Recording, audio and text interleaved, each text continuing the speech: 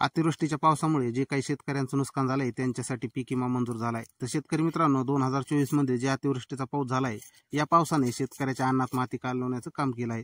तर शेतकरी मित्रांनो, आपण या व्हिडिओच्या माध्यमातून कोणत्या शेतकऱ्यांना आणि कुठल्या जिल्ह्यामध्ये पीक विमा मिळणार आहे याची संपूर्ण माहिती जाणून घेणार आहोत। तर शेतकरी मित्रांनो, तुम्ही जर आमच्या चॅनलवरती नवीन असाल तर चॅनलला सबस्क्राईब करा, व्हिडिओला लाईक करा, व्हिडिओला शेअर करा, जेणेकरून तो नवीन शेतकऱ्यापर्यंत पोहोचेल। तर शेतकरी मित्रांनो, व्हिडिओ शेवटपर्यंत पहा, म्हणजे तुम्हाला कळेल की तुमचा जिल्हा यामध्ये आहे की नाही आणि शेतकऱ्यांना किती टक्के पीक विमा मिळणार आहे।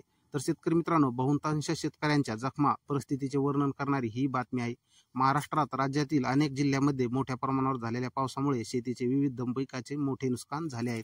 या नुकसानीच्या पार्श्वभूमीवर राज्य शासनाने अग्रिम पीक विम्याचा लाभ देण्याचा महत्त्वाचा निर्णय घेतला आहे। तर सप्टेंबर महिन्यामध्ये झालेल्या अतिवृष्टीच्या पावसामुळे शेतकऱ्यावर मोठं संकट आले आहे। पूर्व विदर्भामधील 3 जिल्हे छत्रपती संभाजीनगर, जालना, बीड, लातूर, परभणी आणि नांदेड, हिंगोली जिल्ह्यामध्ये सोयाबीन, कापूस, तूर, उडीद, मूग या महत्त्वाच्या पिकांना मोठा फटका बसला आहे। या पिकांचे नुकसान मोठ्या प्रमाणात झाल्याने कृषी मंत्री धनंजय मुंडे यांनी स्वतः शेताची पाहणी करून लक्षात आले आहे। तसेच या शेतकऱ्यांना लवकर तत्काळ मदत पोहोचण्याचा निर्णय राज्य शासनाने घेतला आहे। राज्यातील 12 जिल्हे सरसकट अग्रिम पीक विमा देण्याची घोषणा कृषी मंत्री धनंजय मुंडे यांनी केली आहे। त्यासाठी शेतकऱ्यांच्या खात्यात 15 ते 20 दिवसात आत 25% अग्रिम पीक विम्याची रक्कम जमा करण्यात येणार आहे, असेही धनंजय मुंडे यांनी सांगितलं आहे। मोठ्या प्रमाणात झालेल्या नुकसानीचा आढावा घेतल्यानंतर सरकारने हा महत्त्वाचा निर्णय घेतला आहे। कृषी मंत्री मुंडे म्हणाले की पंचनामे काही करण्याची गरज नाही, इतक्या मोठ्या प्रमाणात शेतकऱ्यांचं नुकसान झाले आहे, म्हणून शेतकऱ्यांना लवकरात लवकर 25% अग्रिम पीक विम्याची रक्कम देण्यात येणार आहे। शेतकरी मित्रांनो, कोणत्या जिल्ह्यासाठी पीक विमा मंजूर झाला आहे आणि त्यातील कोणते महसूल मंडळ या पीक विम्यासाठी मंजुरीसाठी बसलेले आहेत त्या व्हिडिओच्या माध्यमातून आपण जाणून घेणार आहोत। तर शेतकरी मित्रांनो, व्हिडिओला एक लाईक करा।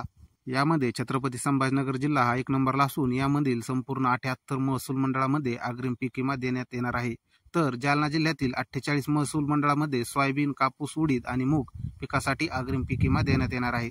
तसेच बीड जिल्ह्यातील 87 महसूल मंडळामध्ये व लातूर, परभणी, नांदेड जिल्ह्यातील 93 महसूल मंडळामध्ये, हिंगोली जिल्ह्यात तसेच पूर्व विदर्भातील 3 जिल्ह्यामध्ये देखील अग्रिम पीक विमा मंजूर करण्यात आलेला आहे। या सर्व जिल्ह्यामध्ये 1-2 सप्टेंबरच्या दरम्यान 62 मिलीमीटर पेक्षा जास्त पाऊस पडल्याने शेती पिकाचे मोठ्या प्रमाणात नुकसान झाले होते। या अतिवृष्टीमुळे शेतामध्ये मोठ्या प्रमाणात पाणी साठलेले असून सोयाबीन, कापूस, तूर, उडीद, मूग या महत्त्वाच्या पिकांचा मोठा फटका बसला आहे। शेतकऱ्यांच्या तोंडाशी आलेला घास हा अतिवृष्टीच्या पावसाने हिरवून घेतलेला आहे। शेतकऱ्यांचं मोठ्या प्रमाणात पिकाचं नुकसान झालं आहे, म्हणून सरकार शेतकऱ्यांच्या पाठीशी उभा आहे, असं कृषी मंत्री मुंडे यांनी स्पष्ट केलं आहे। शेतकऱ्यांना तत्काळ मदत पोहोचण्यासाठी हा निर्णय घेण्यात आला आहे।